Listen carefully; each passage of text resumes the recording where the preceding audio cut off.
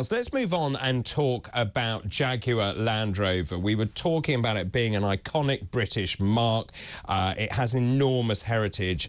As we know, Jaguar has had a new rebrand. And there is a marketing guru behind all of this saying that it's a brave new start for Jaguar. They've got rid of the emblem, but also they simplified the text. And then, of course, as we know with that advert, it doesn't even feature a car. I don't really understand what's going on with Jaguar. They say it's going to be a lifestyle, and there is a self-styled marketing guru who has masterminded the woke rebranding of the Jaguar car. This is Santino Pietrosanti.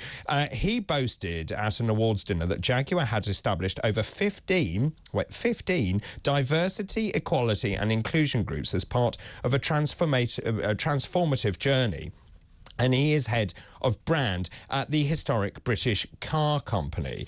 Now, the question is, does he know what he's doing? And as you can see there is the new logo for Jaguar. Here is the advert that we're playing at the moment, which features an array of very interesting and colourful characters and no car to be seen anywhere. Joining me now is Andrew Gold, who is an author and YouTuber. Good afternoon.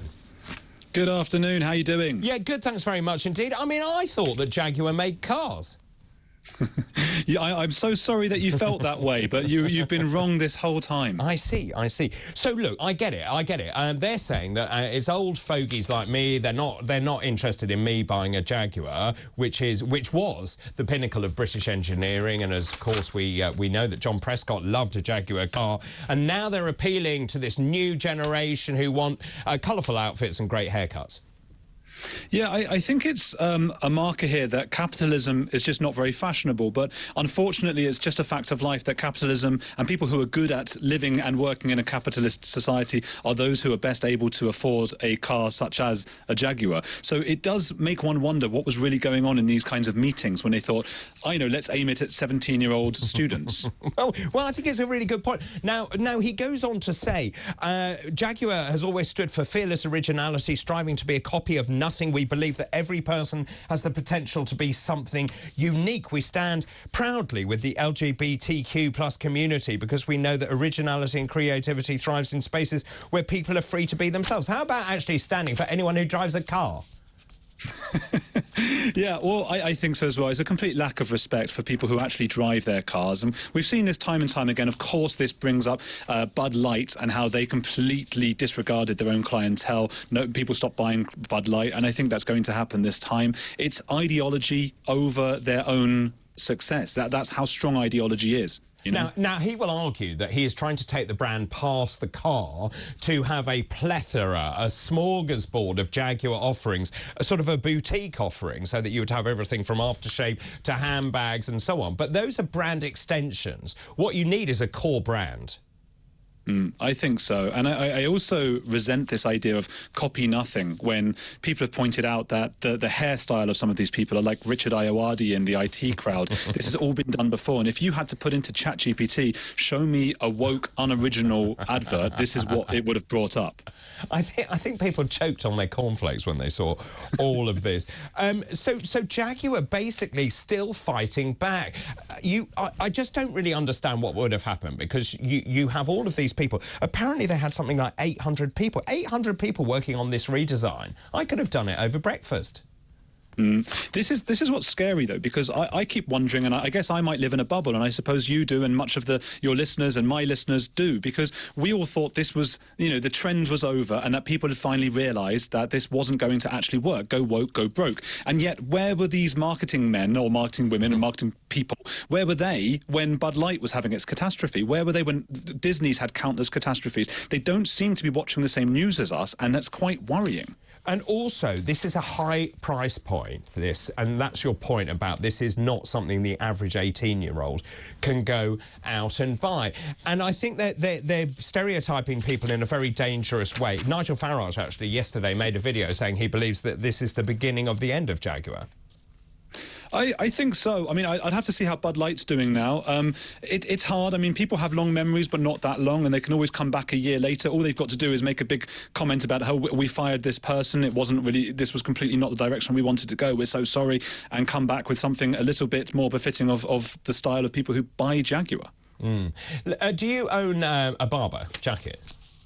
I don't. Well, I might do. I don't even know exactly what they are. Is that the brand or is it the style? Well, it's both, actually. But I think what they're talking about in this article is the quintessential wax jacket. So we saw the farmers' protesters. You saw everyone turned up in their wax jackets and flat caps. And essentially, there is this big story in the Daily Mail today that essentially, if you wear a Barber wax jacket, you are far right. Yes. Well, I think this ties in with the idea. I mean, look, ideologies are like fashions. They come and they go. And people would like to imagine that there's something more profound about an ideology, in this case, wokeness and diversity and inclusion, which clearly is a very strong ideology, although they would say it's not. But it is an ideology, and it's a fashionable one. And the fact that it so clearly ties in with actual literal clothes in terms of fashion, they are making a statement, and they're saying to the likes of the farmer protesters, they're saying, you are not who we consider to be fashionable and cool right now. We want these other people with the funny hairdos and those kinds of things. But you may not be fashionable, you may not be cool, but you tend the land. There's a reason people wear Barber jackets, because they last, and as you see, they've got flat caps on. All the pictures, they are favoured by the royal family, as we know, of course, when they're away on their estates. People don't wear them as a fashion statement, they wear them because they're practical.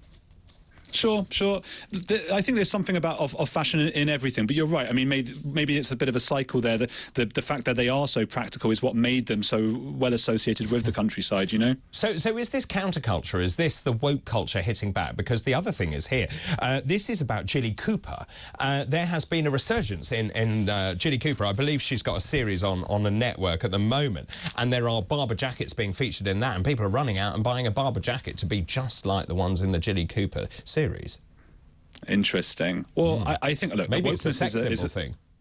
I think it is. I think the woke side is trying to dress itself up. It's cosplaying at counterculture. Really, it's very much, it is the culture. I mean, all of those parts of the Jaguar advert look like something you'd see on any kind of BBC show, or between the shows. They have all these pink and big hairdos and things. It's anything but counterculture. It's very much of the culture. And I suppose, you know, now the rest of us are going, look, you know, this is ridiculous. There are real lives at stake with regards to the farmer protest, with regards to many political issues going on in the world right now. We don't all have time to sit around and put on silly hairdos and wear pink clothes and whatever it might be. Well, no, just want a car and a coat. Well, right? That's right. And I live in the country, and I see people in Barber jackets, and there's a reason they're green, because they blend in with the countryside, and they're practical.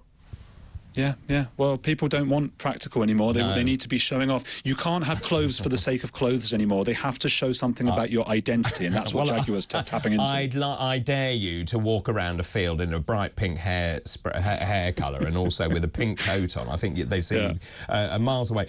Leslie McLennan says, the brilliant Andrew Gold. I love the velvet jacket. So there you are, Andrew.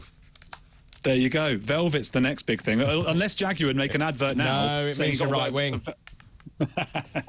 I'm happy with this. If Jaguar suddenly put this out, I would throw it in the bin. Thanks ever so much for your time, Andrew. That's Andrew Gold, their author and YouTuber.